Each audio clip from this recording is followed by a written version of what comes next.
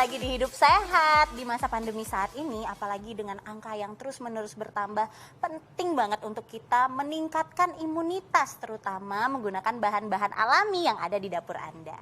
Iya, benar sekali Dokter Nisa, dan kali ini kita sudah kedatangan praktisi herbal yang akan membahas apa sih yang bisa kita gunakan, bahan-bahan dapur, bahan-bahan alami yang tersedia di rumah. Nah, saat ini sudah hadir bersama dengan kita Dokter Mute, MSI, praktisi herbal. Luar biasa, Dokter Dok. Mute. Apa kabar, Dok? Baik, sehat.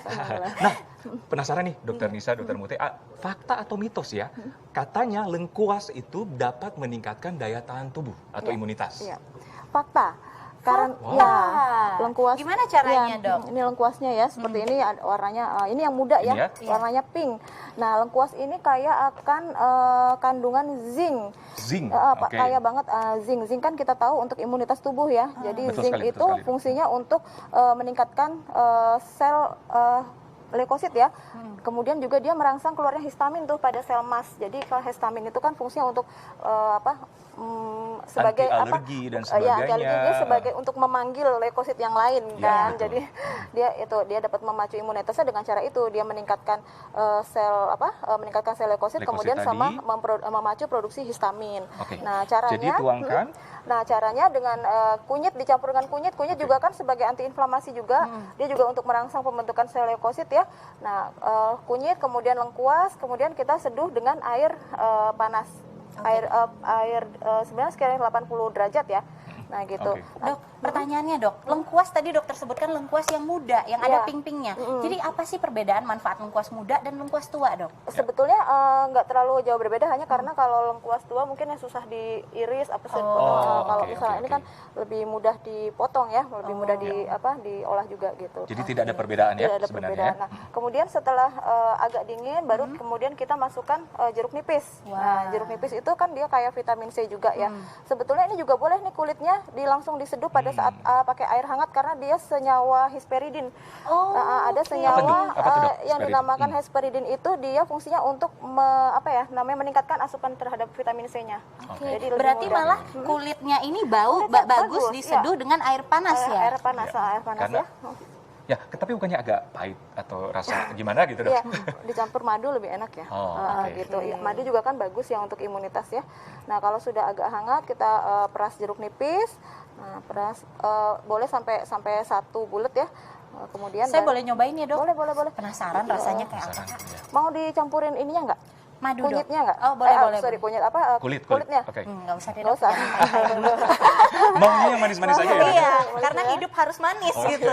setuju. Nah, kemudian kita campurkan madu gitu. Madu secukupnya aja sesuai selera. Mau nggak pakai madu juga udah nggak terlalu pahit sih ya, karena lengkuas juga nggak pahit, kunyit juga nggak terlalu pahit.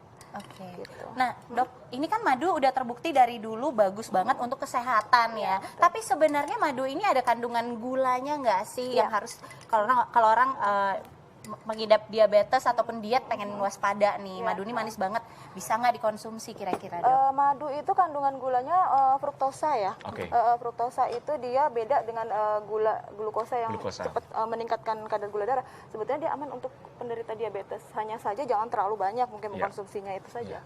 Setuju sekali, Dok. Gimana rasanya, Dokter Nisa? Luar biasa kah? Enak. Daya tahan tubuh gimana? Langsung Semua yang fit? dibikin oleh dokter Mute Luar biasa. enak banget.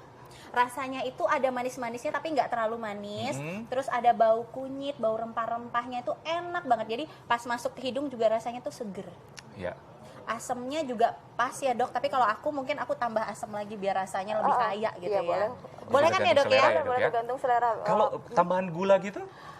Gula saya tidak sarankan ya, apalagi misalnya gula pasir gitu Oke. tidak disarankan. Jadi lebih baik menggunakan madu begitu.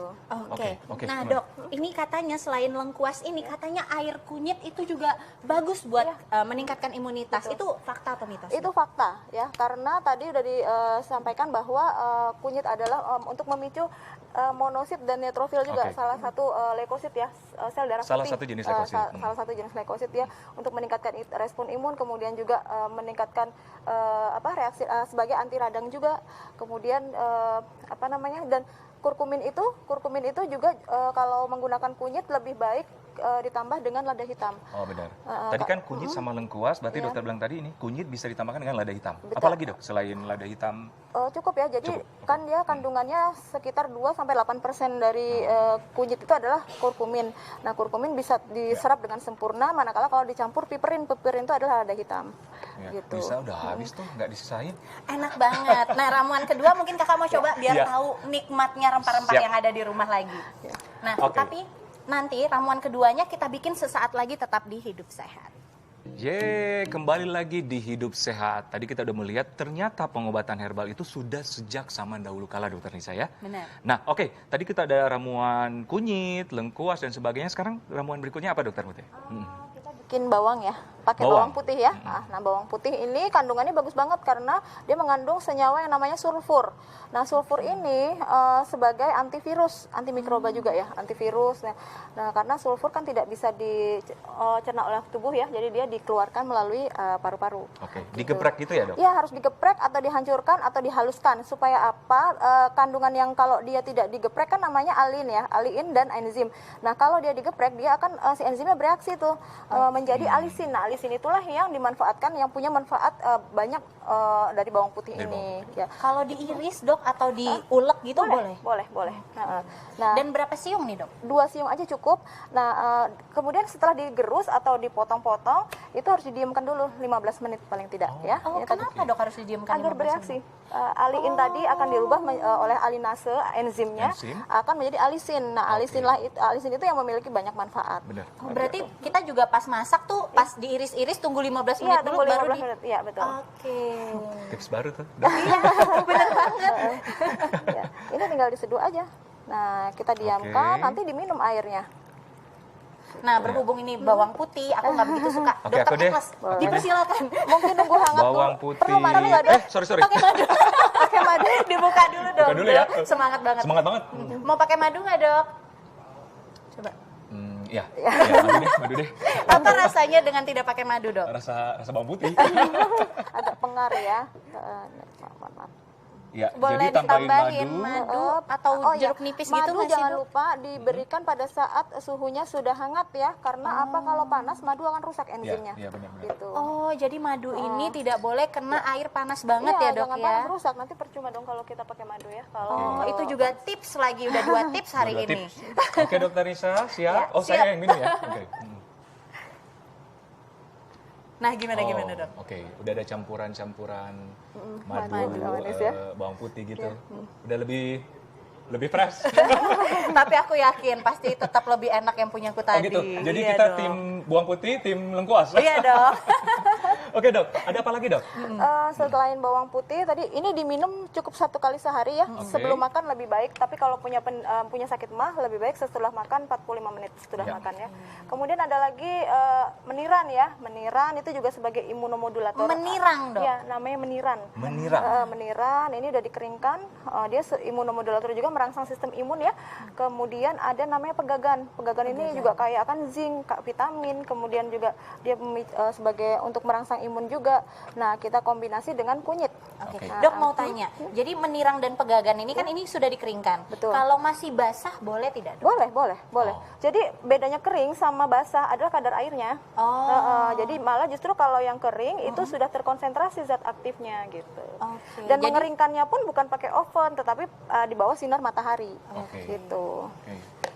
Ya, dok ada tips nggak selain bahan-bahan herbal yang ada di sini, apa yang bisa digunakan di rumah, Baik. bahan alami? Bahan alami sebenarnya banyak sekali ya untuk meningkatkan daya imun, daya tahan tubuh kita ya, apalagi dalam suasana pandemi seperti ini. Seperti misalnya kalau yang tidak ada di sini, jahe itu udah umum sekali ya, jahe. Kemudian juga ada buah pace.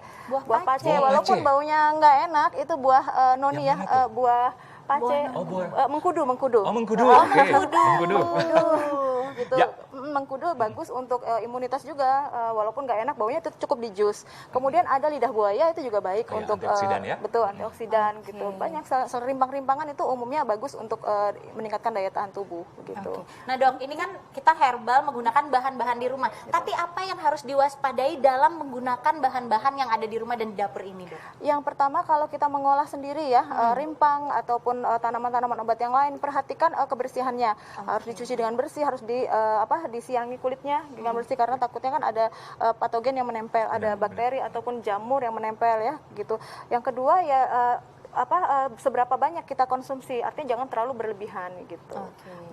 Ya, Dok, mungkin ada tips atau statement khusus untuk masyarakat yang menyimak Hidup Sehat kali ini? Baik. Quote dari dokter. Ya, jadi kalau misalnya imunitas tubuh itu kan kompleks sekali ya, tidak hanya memikirkan herbal apa yang akan dipakai, tetapi harus diperhatikan juga pola makan, kemudian pola tidur, pola hidup ya, karena itu berpengaruh dengan keseimbangan hormonal kita. Kemudian dapat digunakan bahan-bahan dulu untuk menunjang imunitas tubuh kita juga, dan istirahat yang paling penting sama stres.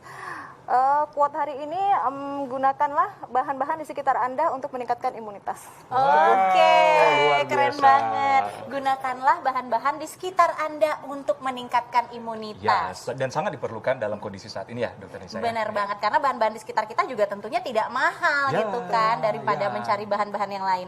Dan ada juga bahan-bahan yang biasa dipergunakan di rumah, yaitu garam, Dok. Gimana tuh, Dok? Nah, ada terapi garam oleh Dokter Rizal, tapi sesaat lagi.